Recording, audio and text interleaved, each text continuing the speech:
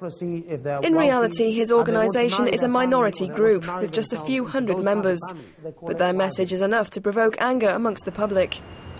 The authorities are monitoring the Islam for UK website, but are yet to shut it down. Shahid Malik, the Muslim MP whose speech was booed at the EDL demo in Leeds, is in charge of keeping an eye on Chowdhury and the EDL. Islam for the UK is being pushed onto the margins by mainstream Muslims. I believe the EDL, as people start to understand what they're all about, are being pushed to the margins by white Britons. And it'd be lovely just to put the EDL and Islam for the UK in a room somewhere and let them deal with themselves and let mainstream society get on with our lives. Back in Luton, where the EDL was first born, the large Muslim community remains under pressure. This Islamic centre was attacked with a firebomb back in May. The police haven't found the perpetrators, but released these CCTV images showing the moment of explosion. The chairman of the centre, however, believes he knows who was responsible. We're pretty sure it was a far-right extremists were responsible for that, though the police have come back to us saying that they were unable to verify this. But we have feelers on the grounds ourselves, and information that's come back to us, it's the far right. As for the moderate Muslims in Luton, while they're concerned by the EDL, they're more worried about Islamist extremists, such as those spreading the message of Islam for UK.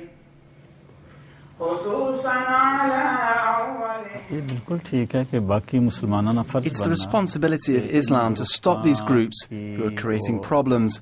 The responsibility of the Muslim community. They should stop them and educate them. But this group does not want to stop. They are working under the name of Islam for their goals, to defame and destroy both Muslims and Islam.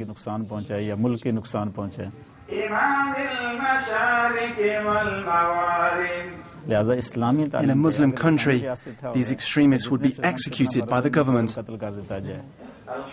Though they're both extremist and minority groups, both the EDL and Islam for UK are managing to stir up racial hatred in Britain. But it's these people, moderate Muslims who live peacefully, who are being caught in the crossfire between the two.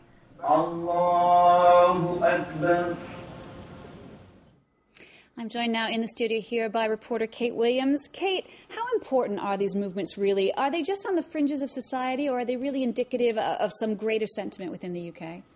Well, in terms of the EDL, from what I've seen of them, I would say they are still a fringe movement. They claim to have gained thousands of members across over the last few months, and they hope to have even more members marching with them in the coming months. However, there's a difficulty there. People don't realise that the EDL is not the same thing as the British National Party, the extreme right in the UK. So while they might be gaining some prominence, people aren't necessarily joining the English Defence League. So they are remaining very much a fringe, a minority group in the United Kingdom. Now, when it comes to Anjem Choudhury's movement, he said some pretty incendiary stuff in the piece. For example, he lines himself up with Al-Qaeda. Do you think he really believes his own rhetoric? I'm not entirely sure. From what I saw of Anjem Choudhury while we were filming, it's my belief that he is something of a self-publicist. I would find it hard to believe that he's from the UK himself, and I don't think he can really believe that British girls that you see out on a Saturday night are going to start covering themselves up with burqas. I don't believe that the British people would accept Buckingham Palace being turned into a mosque. However, what's worrying is that his students, as we've seen in the report, were copying him, repeating him word for word. And it became clear that whatever he might say, whatever he might believe, the students really do believe what he's saying. They really do want to see the Sharia in the UK. And they said it's not just about the penal system, it's not just about the punishments that Sharia is so well known for. It's also an economic system, it's also a cultural system, and they really do believe that that could be imposed in the United Kingdom.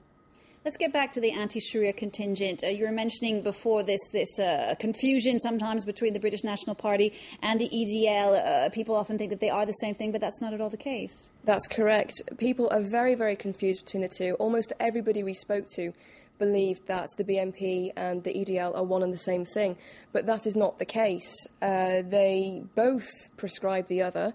The BNP said, as you can see in the reports, for their members it's a disciplinary offence for them to be associated with the English Defence League. But for the English Defence League, it's a problem in that they can't stop the people at their protests from voting BNP. So it's interesting. The BNP have had a wave of publicity in the last few months, culminating in their leader, Nick Griffin, being invited onto a prime-time television debate. So I think the EDL is riding this wave of publicity. They're not the same thing, but they do share some of the same ideas. There is some crossover in that the BNP is anti-immigration, anti-Islam. EDL is anti-extreme Islam. So that's where the confusion has arisen. Kate, just very briefly, there's already been controversy in the UK about the introduction of Sharia law. Last year, the Archbishop of Canterbury called it unavoidable. Well, he said aspects of it being introduced in the UK were unavoidable. That again caused another massive controversy. So this is something that's been going on for a while about Sharia law in the UK.